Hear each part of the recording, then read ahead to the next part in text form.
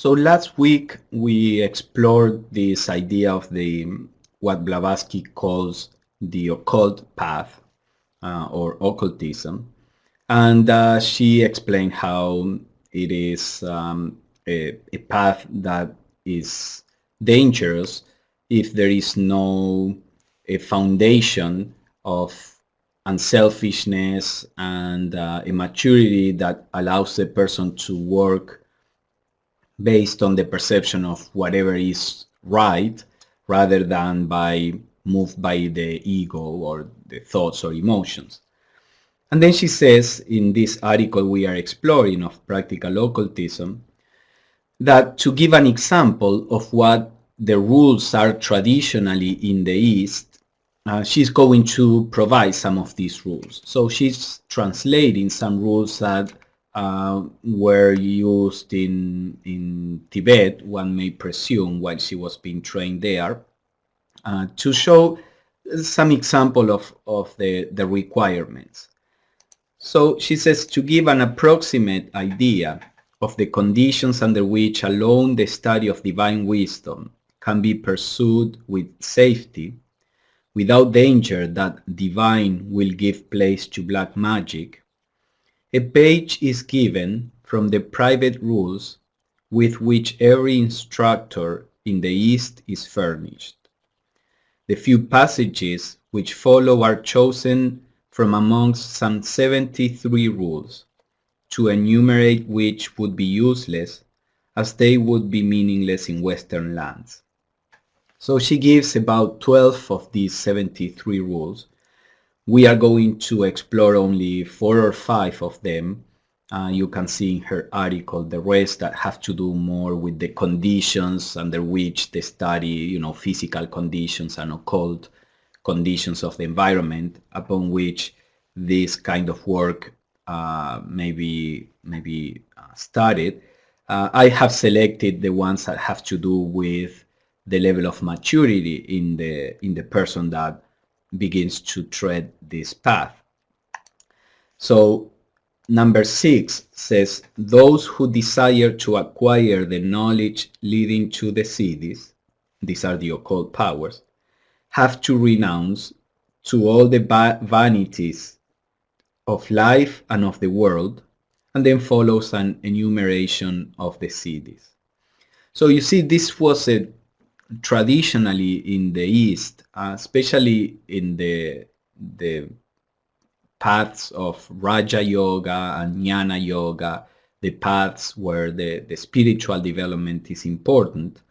Traditionally, people would renounce to the world and then get in touch with a guru who would help that person to grow spiritually, give instructions, etc.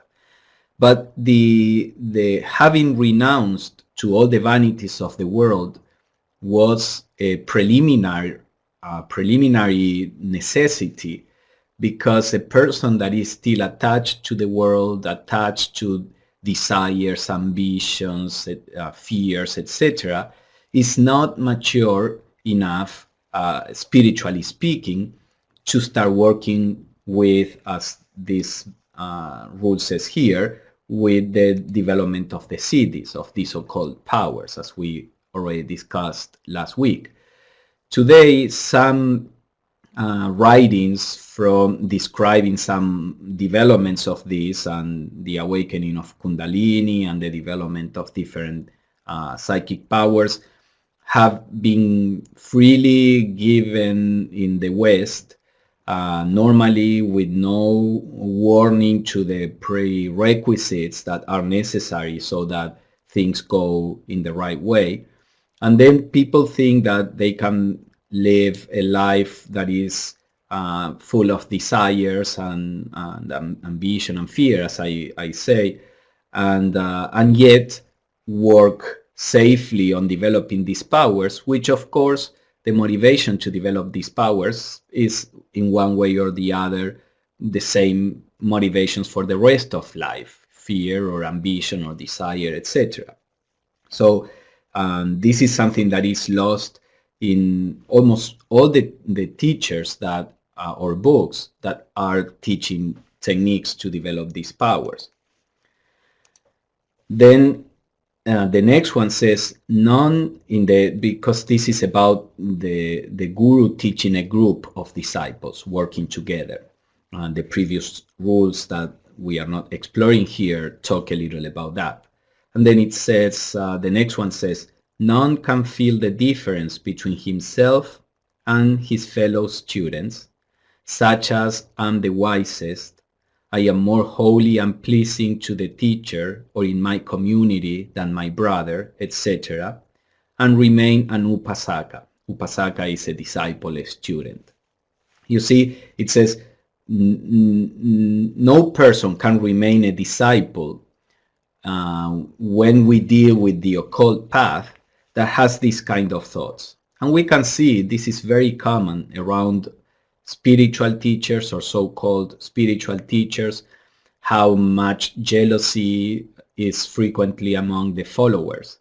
All that is because there is still immaturity, and it's fine. It's part of the process of growth. Part of the spiritual path is that transformation, so that this jealousy cannot arise because the person is past, far beyond this possibility of thinking, does my mom or my dad love me more than my brother? But the problem is that when these requisites are not put forward in a clear way, then people may come to start trying to develop occult powers without having produced this maturation and purification first. So the rule says his thoughts must be predominantly fixed upon his heart, not comparing himself with others, not judging how come this other person has more or receives more attention or has better experiences.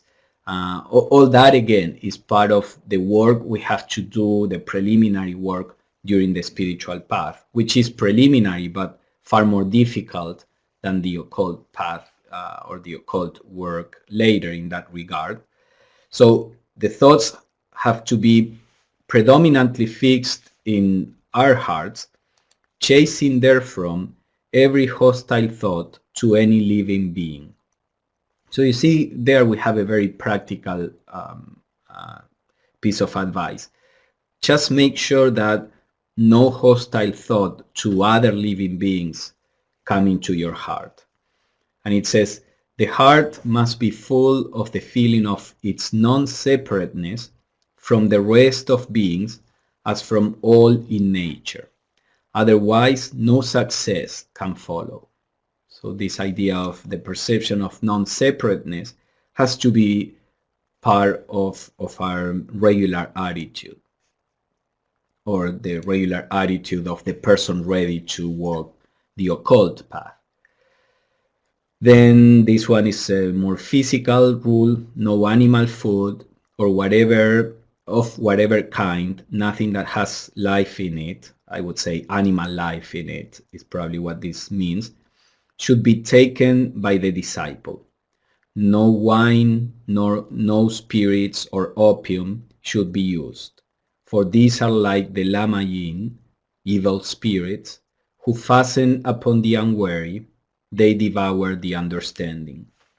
So any substance that produces, that alters consciousness is incompatible with this path. The idea is that consciousness, awareness, has to always remain present, pure, quiet.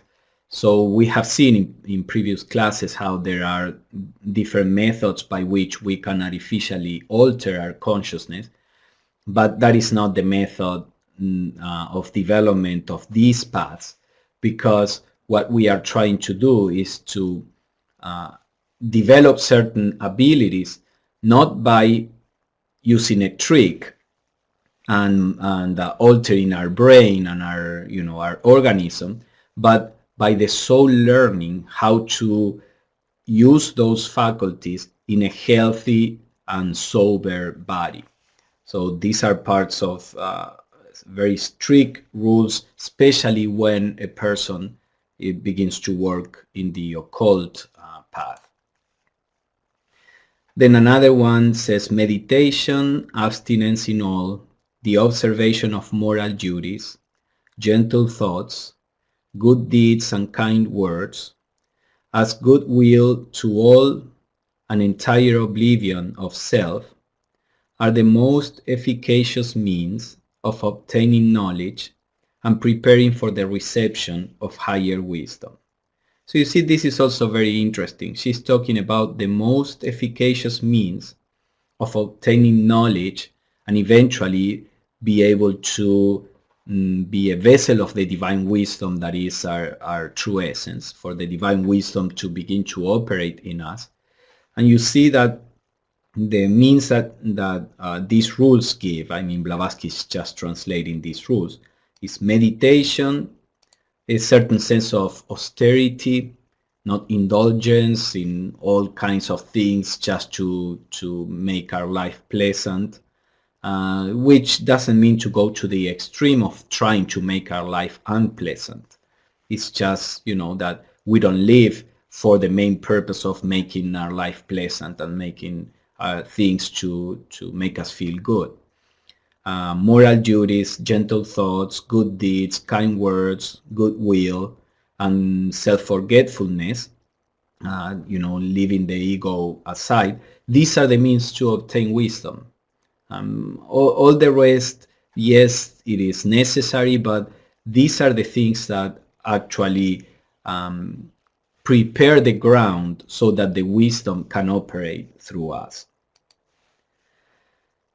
And then the last one, it is the last one that I'm bringing forth. It is only by virtue of a strict observance of the foregoing rules that a Lanu or a disciple can hope to acquire in good time the cities of the Arhats, that is the occult powers of enlightened beings, let's say, the growth which makes him or her become gradually one with the universal all.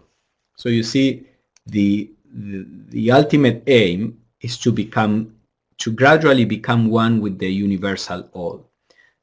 All abilities, whether they are physical or psychic or spiritual, are means to this end. This is not an exaltation of the person or the individual.